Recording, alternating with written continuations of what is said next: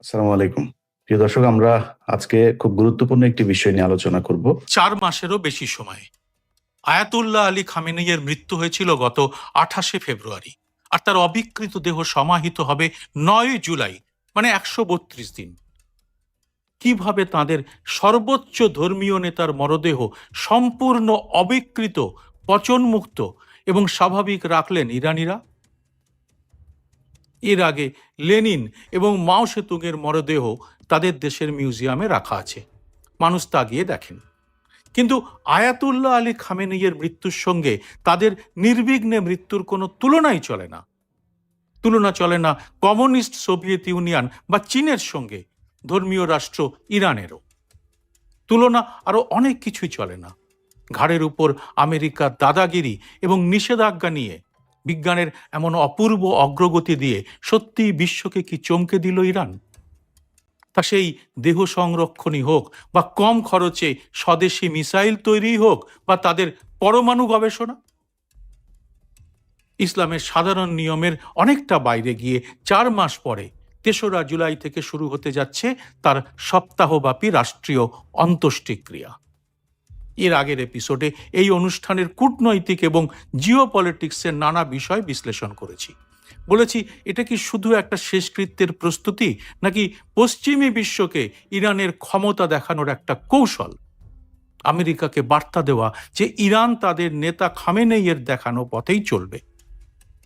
কিন্তু এই ঘটনা ঘটিয়ে ইরান বিশ্বকে প্রায় বাধ্য করেছে আরও কিছু বিষয় নিয়ে চর্চা করতে। সেটা হলো নিজস্ব বিজ্ঞান এবং প্রযুক্তির ক্ষমতা দেখানোর এক মনস্তাত্ত্বিক চাল। সেটা কিরকম? যুদ্ধ শুরু হয়েছিল একেবারে একতরফাভাবে। মাত্র 24 ঘন্টার মধ্যেই ইরান হারায় তাদের সর্বোচ্চ নেতাকে। কিন্তু তৎক্ষণাৎ তারা কিভাবে এই মৃতদেহ সংরক্ষণের সিদ্ধান্ত নেয়? কতটা মানসিক শক্তি এবং নিজেদের বিজ্ঞানের উপর আস্থা থাকলে সর্বোচ্চ নেতার সম্মান রক্ষার দায় তারা ঠিক তখনই নিয়ে ফেলে? একেবারে বিজ্ঞানসম্মতভাবে ওই দেহ রক্ষা করতে গেলে আগে তো বিজ্ঞান সাধনার উপরও প্রবল বিশ্বাস থাকা দরকার। তাছাড়া ইরানের রেভলিউশনারি গার্ডস কিভাবে উদ্ধার করেছিল তাদের সম্মানীয় নেতার দেহ? কিভাবে, কোথায় করা হলো এই বিশাল কর্মকাণ্ড? কৌতূহল সত্যিই অনেক। আমেরিকা ইসরায়েলের অতি আধুনিক রাডার বা স্ক্যানারের নজর এড়িয়ে উদ্ধার পর্ব কি খুব সহজ ছিল? সেটাও তো ছিল যুদ্ধেরই একটা অঙ্গ। আসলে পশ্চিমী নিষেধাজ্ঞা সত্ত্বেও ইরান চিকিৎসা বিজ্ঞান এবং বায়োটেকনোলজিতে কতটা উন্নত তা সিম্যাগো জার্নালের বিভিন্ন দেশের বৈজ্ঞানিক ডেটা দেখলেই স্পষ্ট হয়। মধ্যপ্রাচ্যে তারা যে গবেষণায় শীর্ষে তা এখন স্বীকার করতে বাধ্য হচ্ছেন পশ্চিমের বিজ্ঞানীরাও। আজকের এই এপিসোডে এই ঘটনাটিকে সামনে রেখে ইরানের বিজ্ঞান সাধনার একটা ঝলক আপনাদের সামনে আনার চেষ্টা করব, যার পরতে পরতে থাকবে চমকে দেবার মতো অনেক অজানা তথ্য। নমস্কার, সবাইকে স্বাগত। আমি সুব্রত বসু। ইরানের সর্বোচ্চ নেতার শেষকৃত্যের পরিকল্পনার পেছনে কূটনৈতিক চাল, রাজনৈতিক ব্যাখ্যা সবই আছে। তা চলছেও বিশ্বজুড়ে। কিন্তু সবকিছু ছাপিয়ে উঠেছে ইরানের বিস্ময়কর কাণ্ড কারখানা। একে একে পয়েন্ট ধরে ধরে তা সাজিয়ে ফেলা যাক। স্পেনের একটি বিখ্যাত তত্ত্বভিত্তিক প্রতিষ্ঠানের নাম সিমাগো ল্যাব, আর বিশ্বের সবচেয়ে বড় বৈজ্ঞানিক ডেটাবেসের নাম স্কোপাস। এরা যৌথ উদ্যোগে তৈরি করে একটি আন্তর্জাতিক রেটিং বা র্যাঙ্কিং সিস্টেম। দুনিয়ার যত নামি দামি বৈজ্ঞানিক গবেষণা পত্রিকা আছে সেগুলোর মান কেমন, কোন দেশের বিজ্ঞানীরা সবচেয়ে বেশি এবং আন্তর্জাতিক মানের গবেষণা করছেন, তার পুরো খতিয়ান ও র্যাঙ্কিং তৈরি করে এই সিম্যাগো। এটা কোনো রাজনৈতিক দল বা কোনো দেশের তৈরি করা ডেটা নয়। এটা বিশ্বজুড়ে বিজ্ঞানীদের কাছে সবচেয়ে গ্রহণযোগ্য একটা মাপকাঠি। এই সিম্যাগোর ডেটাবেস চেক করলেই দেখা যায় পুরো মধ্যপ্রাচ্যে engineering, nano technology, stem cell এবং চিকিৎসা বিজ্ঞানের গবেষণায় ইরান বছরের পর বছর ধরে একচ্ছত্রভাবে 1 নম্বর বা শীর্ষস্থানে অবস্থান করছে। চমকে যাওয়ার মতোই তথ্য। সূত্র বললাম, দরকার হলে নিজেরাও চেক করে নিতে পারেন। এবার আসুন অন্য বিষয়গুলোতে। আমেরিকা এবং ইসরায়েলের যৌথ হানার প্রায় সঙ্গে সঙ্গেই মৃত্যু হয় আয়াতুল্লাহ আলী খামেনেইয়ের। কিন্তু তৎক্ষণাৎ সেই মরদেহ শত্রুর নজর এড়িয়ে সরিয়ে আনাও ছিল একটা যুদ্ধ। তার নাটকীয় বিবরণ পরে আনব। তার আগে বরং জেনে নিই 4 মাস ধরে সেই নিথর দেহ অবিকৃত রাখার বিজ্ঞানটা কি। নাকি এটা পর্দার আড়ালে একটা ম্যাজিক যা ইতিহাসের পাতায় এখন জায়গা করে নিল। খামেনেইয়ের এই মরদেহকে দীর্ঘ 4 মাস ধরে জীবন্ত মানুষের মতো অবিকৃত রাখতে কি করেছিলেন ইরানের নেতারা? তথ্য বলছে তেহরানের মাটির গভীরে একটা অতি সুরক্ষিত বাংকারে মেডিকেল ফ্যাসিলিটিতে কাজ করেছেন ইরানের একদল ফরেন্সিক বিজ্ঞানী এবং চিকিৎসক। এর পেছনে রয়েছে আধুনিক চিকিৎসা বিজ্ঞানের দুটো প্রধান স্তম্ভ। এক, অ্যাডভান্সড কেমিক্যাল এমবামিং। এর মানে মৃত্যুর ঠিক পরপরই খামেনেইয়ের শরীর থেকে সমস্ত রক্ত এবং প্রাকৃতিক তরল বের করে নেওয়া হয়। তার বদলে ধমনী এবং শিরা দিয়ে উচ্চ চাপে প্রবেশ করানো হয় এক বিশেষ ধরনের রাসায়নিক তরল। এতে কি থাকে? এতে থাকে ফর্মালডিহাইড, গ্লুটারালহাইড, ফেনল এবং বিশেষ কিছু কালার প্রিজারভেটিভ। এই কেমিক্যালগুলো শরীরের প্রোটিন কোষগুলোকে লক করে দেয়, ফলে ব্যাকটেরিয়া বা অন্য কোনো অণুজীব শরীর পচানোর কোনো সুযোগ পায় না। এর পরের ধাপটি আরো কৌতূহল উদ্দীপক। সেটা হলো হাইপার কোল্ড ক্রায়োজেনিক চেন। এই ক্রায়োজেনিক বিষয়টি নিয়ে আমি বেশ কিছুদিন আগে আমার ভিন্ন স্বাদের চ্যানেলে একটি ভিডিও করেছিলাম। যাদের বিষয়টি জানার উৎসাহ আছে তাদের জন্য সেই ভিডিওটির লিংক ডেসক্রিপশন বক্সে দিয়ে রাখলাম। এই ক্রায়োজেনিক পদ্ধতিতে কেমিক্যাল দেওয়ার পর শরীর যাতে শুকিয়ে কাঠের মতো বা কুঁচকে না যায়, তার জন্য একটা নির্দিষ্ট আর্দ্রতা এবং প্রায় -ডিগ্রির কাছাকাছি তাপমাত্রা বজায় রাখতে হয়। আর সব থেকে আশ্চর্যের বিষয়, আমেরিকার থার্মাল স্যাটেলাইটের প্রবল নজরদারি এড়াতে এই হাইপার কোল্ড স্টোরেজটি চালাতে হয়েছে সম্পূর্ণ মাটির নিচে এবং অত্যন্ত গোপনে সুরক্ষিতভাবে। মৃতদেহ সংরক্ষণের প্রসঙ্গ উঠলেই আমাদের মনে পড়ে ছোটবেলায় পড়া মিশরের ইতিহাসের কথা, পিরামিড এবং মমির কথা। এখনো সেই প্রশ্নটা উঠবে, মিশরের মমির সঙ্গে আধুনিক বিজ্ঞানের কোনো যোগসূত্র আছে কি? থাকলে সেটা কোথায়? আসলে যোগসূত্রটা ধারণাগত, মানে নিথর শরীরকে দীর্ঘদিন টিকিয়ে রাখার ধারণাটি এর যোগসূত্র। তাছাড়া এই দুটোর মধ্যে তফাৎ আকাশ আর পাতাল।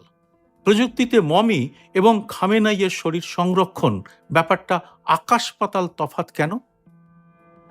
মিশরের মমিফিকেশন ছিল ডিহাইড্রেশন বা শুষ্ককরণ বা শুকনো করার একটা পদ্ধতি। সেখানে প্রাচীন মিশরীয়রা ন্যাট্রন লবণ ব্যবহার করে মৃতদেহের ভেতরের সমস্ত জলীয় অংশ সম্পূর্ণ শুকিয়ে ফেলত, যার ফলে মমিগুলো কালো, শক্ত এবং শুকনো চামড়ায় পরিণত হতো। কিন্তু খামেনেইয়ের ক্ষেত্রে যা করা হয়েছে তা একেবারেই এই পদ্ধতি নয়। একে বলা হয় আর্টেরিয়াল এমব্যামিং। এর উদ্দেশ্য শরীরকে শুকনো নয়, বরং শরীরের স্বাভাবিক আর্দ্রতা এবং ত্বকের রং বজায় রেখে এমনভাবে সংরক্ষণ করা যাতে মনে হয় মানুষটি যেন ঘুমিয়ে আছেন। অনেকেই জিজ্ঞাসা করবেন, ইতিহাসে কি এমন ঘটনা আগে ঘটেছে? উত্তরটা আগেই দিয়েছি, হ্যাঁ ঘটেছে। ইসলামী দেশগুলোতে এটা বিরল হলেও আধুনিক রাজনৈতিক ইতিহাসে দীর্ঘ সময় ধরে মরদেহকে অবিকৃত রাখার বেশ কিছু বিখ্যাত উদাহরণ রয়েছে। যেমন লেনিন। মস্কো রেড স্কোয়ারে লেনিনের মরদেহ আজও 100 বছরেরও বেশি সময় ধরে অবিকৃত অবস্থায় রাখা আছে। রুশ বিজ্ঞানীরাই প্রথম এই আধুনিক এমব্যামিং বিজ্ঞানকে রাজনৈতিক রূপ দিয়েছিলেন। পরের উদাহরণটা মাও সেতুং। মাও সেতুংয়ের মৃত্যুর পরেও চীনের ক্রায়োজেনিক বিজ্ঞানীরা লেনিনের পদ্ধতি অনুসরণ করেই তার দেহ বেজিংয়ে সংরক্ষণ করে রাখেন। এবং 3 নম্বর, আয়াতুল্লাহ রুহুল্লাহ খোমিনি।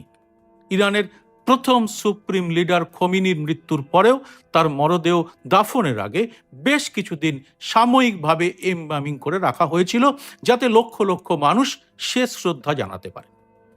2026 সালে এসে খামেনেইয়ের ক্ষেত্রেও ইরান সেই প্রযুক্তিকে আরো আধুনিক স্তরে নিয়ে গেল। কিন্তু এ তো প্রযুক্তির উন্নতি এবং বিজ্ঞানের কথা। ইরানের রেভলিউশনারি গার্ডস কিন্তু বিজ্ঞান এবং যুদ্ধের বাইরেও আরো একটা কাণ্ড করে ফেলেছে। সেটাও কিন্তু কম কৌতূহলের নয়। ফেব্রুয়ারির মিসাইল হানায় খামেনেইয়ের মৃত্যুর পরে পাল্টা যুদ্ধের সিদ্ধান্ত ছাড়া অন্য কিছুই ভাবেনি ইরান। তৎক্ষণাৎ সর্বোচ্চ নেতার মরদেহ উদ্ধারের মতোই চমকপ্রদ তাদের এই সিদ্ধান্ত। ওই সময় তারা সিদ্ধান্ত নিয়ে নেয় মরদেহ সংরক্ষণ করা হবে এবং খামেনেইকেও শ্রদ্ধা জানাতে পারবে সে দেশের মানুষ। কিন্তু এই চরম উত্তেজনা এবং আক্রমণের মুখে কিভাবে সম্ভব হয়েছিল এটা? 28 ফেব্রুয়ারি রাতে যখন বাংকার বিধ্বংসী ক্ষেপণাস্ত্র খামেনেইয়ের গোপন আস্তানায় আঘাত হানে, তখন পুরো এলাকা ধ্বংসস্তূপে পরিণত হয়। আইআরজিসির রয়েছে একদল দক্ষ রেস্কিউ টিম, যার কথা আমরা কজনই বা জানি। ওই ধ্বংসস্তূপে সাধারণ ফায়ার সার্ভিস বা উদ্ধার কর্মীদের ঢুকতে দেওয়া হয়নি। ইসলামিক রেভলিউশনারি গার্ডসের একটি বিশেষ ইন্টেলিজেন্স এবং মেডিকেল কোর অতি দ্রুত হাইটেক থার্মাল স্ক্যানার ব্যবহার করে খামেনেইয়ের মরদেহটি উদ্ধার করে। কিন্তু কি অবস্থায় ছিল সেই দেহ? তথ্য বলছে বাংকার বিধ্বংসী ক্ষেপণাস্ত্রের আঘাতে ভবনটি ধসে পড়লেও খামেনেইয়ের দেহটি মাটির গভীরে একটি সুরক্ষিত কক্ষের নিচে ছিল। তাই দেহটি পুড়ে ছাই হয়ে যায়নি, তবে শরীরের অনেক জায়গায় আঘাতের চিহ্ন ছিল। উদ্ধার করার সাথে সাথেই দেহটি একটি সাঁজোয়া রেফ্রিজারেটেড অ্যাম্বুলেন্সে করে নিয়ে যাওয়া হয়। সেটি নিয়ে যাওয়া হয় তেহরানের মাটির গভীরে তৈরি ইমাম খোমেনি সামরিক হাসপাতালে। আর এরপরেই দেহটি অবিকৃত রাখার সিদ্ধান্ত নেওয়া হয়, যাকে এখন গোটা বিশ্ব বলছে দূরদর্শিতা। উদ্ধারের মাত্র কয়েক ঘন্টার মধ্যেই, অর্থাৎ 1 মার্চের ভোরের আগেই মরদেহ সংরক্ষণের এই চূড়ান্ত সিদ্ধান্ত নিয়ে নেওয়া হয়েছে। এই সিদ্ধান্ত কে নিয়েছিলেন? এর সহজ উত্তর যা জানা গেছে সেটা হলো, সিদ্ধান্তটি কোনো একক ব্যক্তি নেননি। এটি নিয়েছিল ইরানের সর্বোচ্চ নীতি নির্ধারক কাউন্সিল, যার নাম কাউন্সিল অব গার্ডিয়ান্স, এবং আইআরজিসির শীর্ষ কমান্ড, যার মূল নেপথ্যের চালিকা শক্তি ছিলেন খামেনেইয়ের পুত্র মুজতবা খামেনেই। এখন তিনি সর্বোচ্চ পদে। এখন যে প্রশ্নটা ঘুরপাক খাচ্ছে সেটা হলো, তাদের এই দূরদর্শিতা কতটা গভীর ছিল? রাজনৈতিক পরিভাষায় এই সিদ্ধান্ত ছিল চরম দূরদর্শী এবং একই সঙ্গে একটা মাস্টার স্ট্রোক। তারা জানতেন ওই সময় শেষকৃত্যের আয়োজন করলে দেশের ভেতরে বিশৃঙ্খলা তৈরি হতে পারে। উত্তরসূরি হিসেবে মুজতবা খামেনেইয়ের নাম চূড়ান্ত করতে কিছুটা সময় লাগবে এবং আমেরিকার ট্রাম্প প্রশাসন তখন চরম যুদ্ধংদেহী মেজাজে ছিল। তাদের লক্ষ্য ছিল দেশের ভেতরের মানুষদের দিয়ে শাসক বদলের বিক্ষোভ ঘটানো। তাই তৎক্ষণাৎ অন্ত্যেষ্টিক্রিয়া করতে গেলে সেখানে বড় ধরনের হামলার ঝুঁকি ছিল।